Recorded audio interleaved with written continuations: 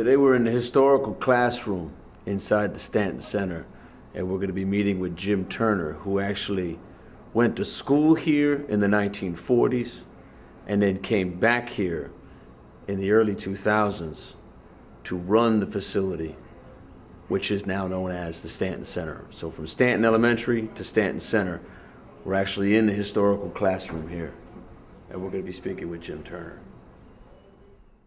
Well, I'm Jim Turner. I was born and raised in the Clay Street area. Used to live in an area called Old Gut Bucket. It was the address that I lived in was 15 Calvert Court at the time. Lots of fun. I didn't know anything, but I thought that was the best place in the world. And went to Stanton Elementary School, graduated in the 50s, went on to Wally H. Bates High School, which was the only high school for blacks in the county. Graduated there, went into the Air Force, did a tour of duty in the Air Force, came out, went back to college, was selected for an intern program with the Defense Department, and went from an offset printing pressman to an area director having 600 employees and a $180 million budget. So I did climb the ladder, so to speak. And when I did that, Tim, I thought about what I was going to do once I got to the age of retirement. And I first wanted to move to San Diego because I'd met a lot of friends. I did a tour of duty in Spain, southern Spain, and I did a tour of duty in Philippines working for the Defense Department. And I met a lot of friends from San Diego, visited there a couple of times, and man, it was great. It looked just like Annapolis downtown, but it wasn't Annapolis. There's no other place like Annapolis. So I decided that I would come back home and take some of the skills and experiences that I'd learned over the years and help some of the unfortunate people here. So I came back, became executive director of a learning center, OIC, Opportunities Industrialization Center. Stayed there about 7 or 8 years, and then decided to run for the city council. And unfortunately, I lost by 130 votes, and the mayor asked me to come to the Stanton Center, or at least would I accept the position if I was offered a position at the Stanton Center as facility manager. I thought about it, and I said, well, you made a commitment to help people back here, not as fortunate as you, and maybe you need to sacrifice a little bit, because at the time, I did not want a full-time job. So I said, well, you know, I thought about it, and I said, hey, it's going to be nice to go back to the old elementary school I graduated from, and at the same time, or simultaneously, being able to help the unfortunate kids and adults in the area. So that's a little bit about my background. Here at the Stanton Center, I think is actually a reward for me because it has changed so much over the years.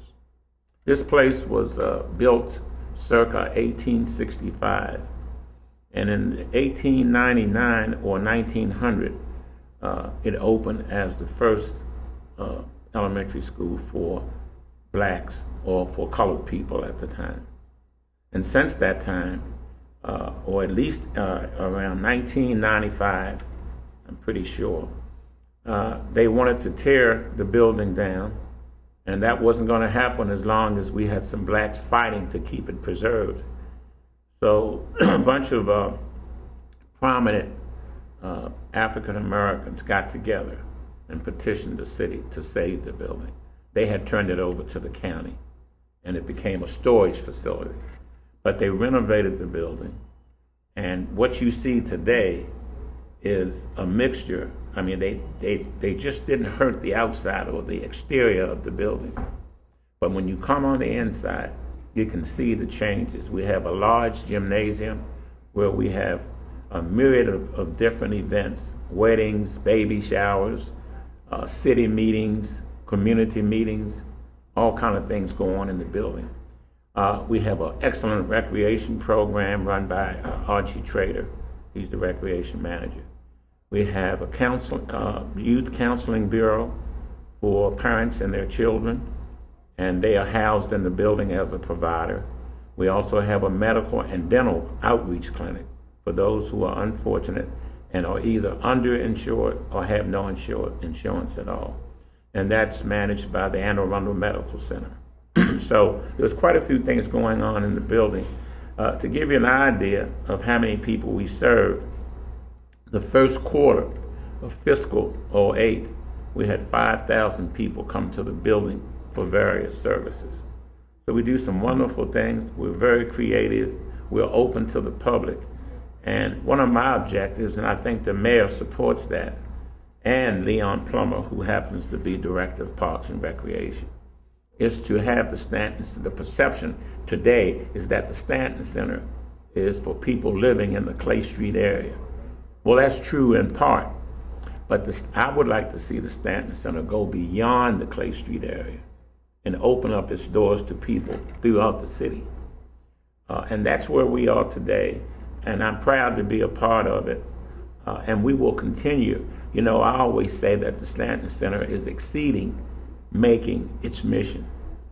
And as a part of the Stanton Center, my goal is, there's an old saying, if it's not broke, don't fix it. Well, my thing is, you can always make it better.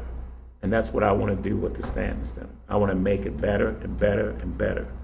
Because I think in today's world, where crime is rampant, especially in the city of Annapolis and in the Clay Street area, we need to help people to understand that there's a better way. We need to improve upon race relations. We need to get along with the Hispanic or Latino community. We need to get along with the white community.